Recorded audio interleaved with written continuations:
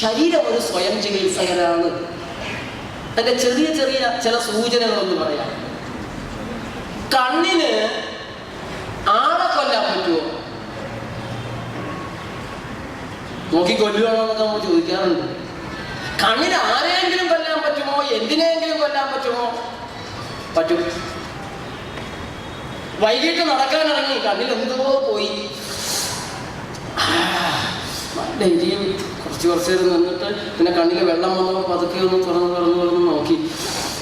പിന്നെ ഈ ഭാഗത്ത് എന്തോ ഒരു അസ്വസ്ഥത വന്നപ്പോൾ ഒന്ന് തോണ്ടി നോക്കി. ആ പ്രാണിയെ കൂച്ചിക്കെട്ടി കൊഴുത്ത ഒരു ദ്രാവകം കൊണ്ട് പൊതിഞ്ഞ് വധിച്ചിരിക്കുന്നു. ആര്? നമ്മുടെ കണ്ണ്.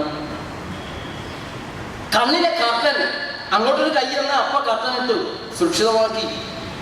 കണ്ണിലെ പീലികൾ, അതിനു മുകളിൽ പുരികം, എണ്ണയും വിയർപ്പും ഒന്നും നേരെ തലയിൽ നിന്ന് ഒലിച്ചിറങ്ങി കണ്ണിലേക്ക് പോകാതെ വളച്ച് മാറ്റി ഒഴുക്കാനുള്ള കരവിരുത്. ഈ ശരീരത്തിന്റെ ഓരോ അവയവത്തിനും സ്വയരക്ഷയ്ക്കുള്ള, സ്വയം ചികിത്സയ്ക്കുള്ള നടപടിക്രമങ്ങളുണ്ട്. കിടന്നുറങ്ങുമ്പോ ജനല്, വെന്റിലേറ്ററൊക്കെ തുറന്നിരിക്കുകയാണ്. ഏതെങ്കിലും കിളി കൂട് കൂട്ടിയേക്കാവുന്ന ഇത് ചെവിക്കുള്ളിൽ കയറുമോ? ഉറുമ്പ് കയറുമോ? അവിടെ കൈപ്പുള്ള കായം, ചെവിക്കായം കൊണ്ടുപോയി വെച്ചിരിക്കുന്നു. കിടന്നുറങ്ങുമ്പോ മൂക്ക് തുറന്നിരിക്കുകയല്ലേ, അകത്ത് കയറി ഇരുന്നുകൂടെ? പുഴുവിന് കയറിക്കൂടെ? കൊതുകിന് കയറിക്കൂടെ?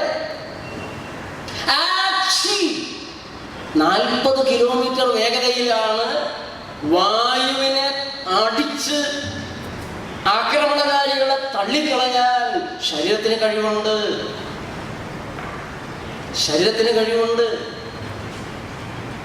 ഇപ്പൊ ശരീരത്തിന്റെ സ്വയം ചികിത്സയുടെ, സ്വയം രക്ഷാക്രമങ്ങളുടെ ഒന്നും വേണ്ടല്ലോ. ഈ ശരീരത്തിന്റെ അലൈൻമെന്റ് ഒന്ന് നോക്ക്. എങ്ങനെയാണ് കണ്ണ്, മൂക്ക്, വായ്? എന്തിനാണ് ക്രമപാലനം? കണ്ണും മൂക്കും വായയും ഈ ഓർഡറിലൂടെ വെച്ചിരിക്കുന്നത് എന്തിന്? വായിലേക്കും മൂക്കിലേക്കും പോകുന്ന സാധനങ്ങളാണ് ഈ ശരീരത്തെ മലിനീകരിക്കാൻ, ശരീരത്തിന് അപകടം ഉണ്ടാക്കാൻ ഇടയാക്കുന്നത്. വായിലേക്കും മൂക്കിലേക്കും പോകുന്ന സാധനങ്ങൾ കണ്ണിന്റെ സൂക്ഷ്മ പരിശോധന നടത്തിയതിനു ശേഷമാവണം. വായയുടെ തൊട്ടുമുകളിലായി മൂക്കിനെ പ്രതിഷ്ഠിച്ചിരിക്കുന്നത് എവിടെയെങ്കിലും കൊണ്ടുപോയി വെക്കണ്ടെന്ന് എഴുതിയിട്ട് വെച്ചതല്ല.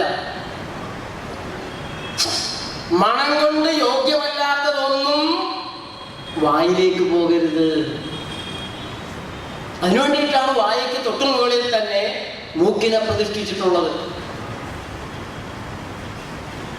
ഓരോ അവയവത്തെയും, കൈയുടെ ഘടന, കാലിന്റെ ഘടന, പുരുഷന്റെ ലൈംഗിക അവയവവും സ്ത്രീയുടെ ലൈംഗിക അവയവവും, അതിന്റെ സങ്കല്പം തന്നെ മതിയല്ലോ.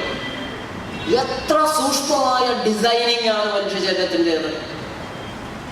എത്രയോ സൂക്ഷ്മമായ ആന്തരാവയവങ്ങൾ, അവയുടെ പ്രവർത്തനം, അവ തമ്മിലുള്ള കോർഡിനേഷൻ, ഓരോ കോശങ്ങളും തമ്മിലുള്ള മെസ്സേജ് ട്രാൻസ്ഫർ, വിവരങ്ങൾ, ഇൻഫർമേഷൻ പാസ് ചെയ്യുന്ന രീതി. ഈ ശരീരത്തിലെ ഓരോ കോശങ്ങളും, തലച്ചോറിലാവട്ടെ കാലിലെ പെരുവിരലിലാവട്ടെ, പരസ്പരം ബന്ധപ്പെട്ട് പരസ്പരം വിവരങ്ങൾ അറിയിച്ച്.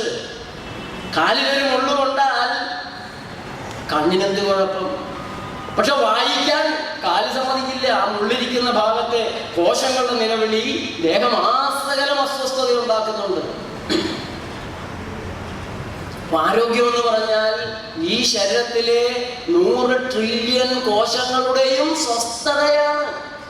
ഒരു കോശത്തിന് അസ്വസ്ഥതയുണ്ടായാൽ, ഒരു കോശം അതിന്റെ ശരിയല്ലാത്ത ക്രമത്തിലായാൽ ശരീരമാസകലം അസ്വസ്ഥതയാകുന്നു.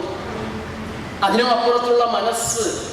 ഇപ്പൊ ഇങ്ങനെയുള്ള നിരവധി തലങ്ങളെ കൂടെ പരിഗണിച്ചുകൊണ്ട് ആരോഗ്യത്തെക്കുറിച്ച് ചിന്തിക്കുമ്പോ, രോഗങ്ങളെക്കുറിച്ച് ചിന്തിക്കുമ്പോ, രോഗചികിത്സയെക്കുറിച്ച് ചിന്തിക്കുമ്പോ നിങ്ങളെ അതിൽ പങ്കാളിയാക്കണ്ടേ?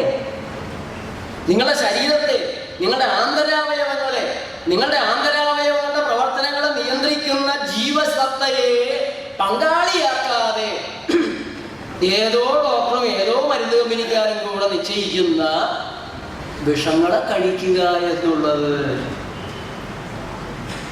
ഇതുപോലെ ഒരു അപരിഷ്കൃതമായ അശാസ്ത്രീയമായ സമീപനം ഈ കാലഘട്ടത്തിൽ മനുഷ്യർക്ക് നടത്താൻ സാധിക്കുന്നുണ്ടല്ലോ.